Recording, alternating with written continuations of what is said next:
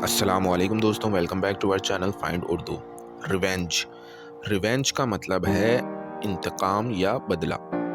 Revenge का मतलब होता है किसी काम या जुल्म का बदला लेना।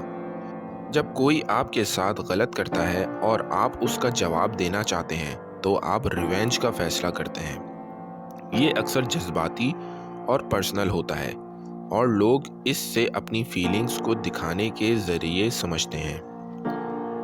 हालांकि कभी कभी रिवेंज से सिर्फ और सिर्फ ज़्यादा नुकसान हो सकता है।